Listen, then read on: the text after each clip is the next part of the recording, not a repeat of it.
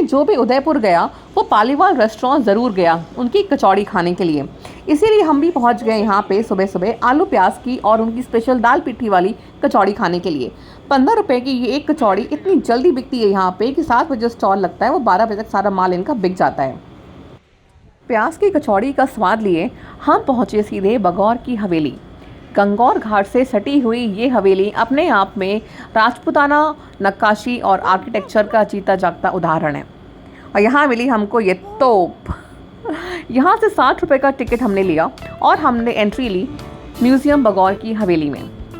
कहा जाता है 17वीं शताब्दी में राजा महाराणा प्रताप और राजा अमर सिंह की जो प्रधानमंत्री थे अमरचंद बादवा, अगर मेरा प्रोनाउंसिएशन गलत हो तो मुझे ठीक करिएगा, ये हवेली उन्होंने ही बनवाई थी। उसके बाद 1957 में जब देश को आज़ादी मिली उसके बाद ये हवेली चली गई थी राजस्थान सरकार के पास, जिसमें कुछ समय के लिए उनके जो एम्प्लॉयज़ थे उनके लिए इसको एज आ आवास यूज़ किया गया।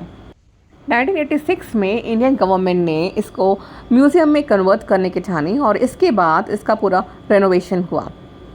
कहा जाता है कि बगौर की हवेली में टोटल 138 कमरे हैं। यहाँ के जो 3 मशहूर चौक हैं जो अंदर के हिस्से हैं वो है कुआं चौक, नीम चौक और तुलसी चौक। हर चौक में राजपूताना शैली और उनका जो जीवन था उससे जुड़े हुए जो चीज़ें थीं वो वहाँ पे रखी गई हैं ताकि लोग आके झलक पा सकें उस समय की जीवन शैली की। ये देखिए, ये आपको अलग अलग तरह की पगड़ियाँ, जो राजस्थानी पगड़ियाँ, राजा, उनके मंत्री, जो आम प्रजा जो पगड़ियाँ पहनती थी उसकी आपको यहाँ पे झलक दिखाई देगी। ये सब चीज़ें देख के लगता है कि काश अगर उस समय पैदा हुए होते तो क्या ठाट बाट होते। इसी तरह आप जितना जितना आगे जाओगे, जैसे वहाँ पे जो तुलसी चौक है, तुलसी चौक में आपको अलग अलग तरह के साज श्रृंगार के सामान, म्यूज़िकल इंस्ट्रूमेंट्स, इस तरह की चीज़ें आपको दिखाई देंगी। इंडियन हिस्ट्री को अगर पढ़ना हो तो इन सब जगहों पे ज़रूर जाना चाहिए, क्योंकि यहाँ पे जितने भी दीवारों पे इंस्क्रिप्शंस हैं आपको डिटेल में उसकी स्टोरी भी वहाँ पे लिखी गई है। जैसे अगर गंगौर घाट का फेस्टिवल है तो उसकी वहाँ पे फ़ोटोज़ हैं, क्यों मनाया गया, कैसे मनाया गया, उस समय की एक गंगौर फेस्टिवल मनते हुए की झलक है।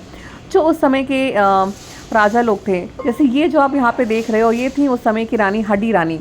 इनके लिए कहा जाता है क्योंकि इनके पति जो थे वो युद्ध पे नहीं जा रहे थे, तो इन्होंने अपने प्राण त्याग दिए ताकि उनके पति में ये भावना आ सके कि उनको भी देश के लिए कुछ करना है।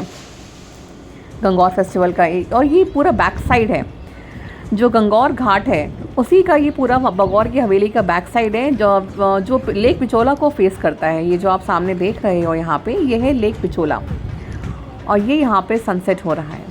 ये देखिए, शाम के समय आप अगर दाने लेके आए यहाँ पे तो आपको कबूतरों को खिलाने का मौका मिलेगा और इस पल को बिल्कुल भी मिस मत करिएगा। बहुत अच्छा लगता है यहाँ पे आके जब आप कबूतरों को दाना डालते हो। और सनसेट में कुछ देर यहाँ पे हम बैठे, टाइम स्पेंड किया, बहुत यादगार एक्सपीरियंस था। खैर सफ़र लंबा था, उसके बाद हम लोग चल दिए। हम पहुँचे वहाँ से सीधे सहेलियों की बाड़ी। हम पहले भी आ चुके थे सहेलियों की बाड़ी, बट आरव को लेके पहली बार आए थे। हम जब लास्ट टाइम आए थे तो हम मॉर्निंग आवर्स में आए थे, इस बार हम इवनिंग आवर्स में आए यहाँ पे। और सही कहूँ तो इवनिंग आवर्स में इसकी ब्यूटी कुछ अलग ही दिखती है। ये जैसे हम अंदर जाते हैं टिकट लेंगे तो ये पूरा एंट्रेंस एरिया है। और ये देखिए, कहा जाता है कि राजा संग्राम सिंह ने सहेलियों की बाड़ी का निर्माण करवाया था। उनकी जो रानी थी उनके साथ उनकी 48 दासियां भी आई थी उनके साथ। तो उनके लिए राजा संग्राम सिंह ने इस उद्यान का निर्माण करवाया ताकि वो राजनीति से दूर यहाँ पे आके समय व्यतीत कर सकें। और ये वो एक स्नान घर टाइप का एरिया है जो यहाँ पे बनवाया गया था। इसके आसपास जो आप देखोगे जितने भी हैं वो सारे चेंजिंग रूम्स हैं। द बेस्ट पार्ट अबाउट सहेलियों की बाड़ी इज़ कि this is an artificial fountain. यहाँ पे जितना भी आपको सब दिख रहा है पूरा आर्टिफिशियल फाउंटेन क्रिएट किया गया है।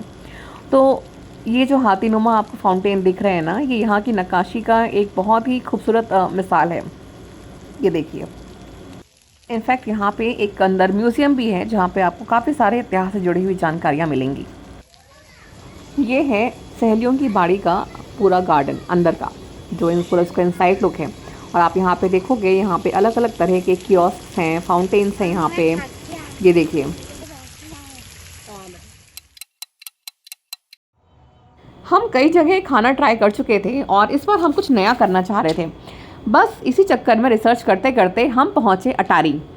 अटारी का एंट्रेंस जितना खूबसूरत है, उससे ज़्यादा डिवाइन है यहाँ का जो व्यू है।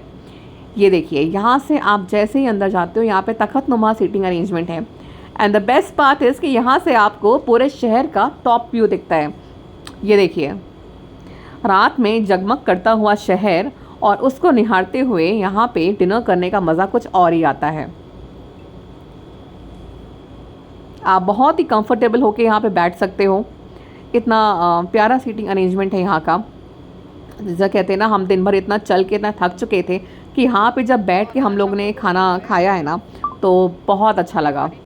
और इस बार दाल बाटी से हटके हमने मंगाई मेवाड़ी खिचड़ी। खिचड़ी तो बहुत खाई होगी और घर पे तो कई बार आनाकानी भी करी होगी खाने के लिए, पर ये वाली खिचड़ी अगर आप खाओगे ना तो आप खाते रह जाओगे। इसमें दाल, सब्जियां और जो लहसुन का फ्लेवर था वो माइंड ब्लोइंग था। ऑसम। खा पी के पूरे एंजॉय करने के मूड में खा पी के एकदम रिलैक्स हो गए। बच्चों को कैसा लग रहा है यहाँ पे? बहुत अच्छा। हमने वहाँ का स्पेशल वेज प्लेटर भी मंगाया ट्राई करने के लिए, और साथ में मंगाए थे हमने कॉर्न्स। और नो डाउट बहुत बहुत टेस्टी खाना है यहाँ का। अगले व्लॉग में आपको लेके जा रहे हैं उदयपुर से माउंट आबू, तो मिस मत करिएगा।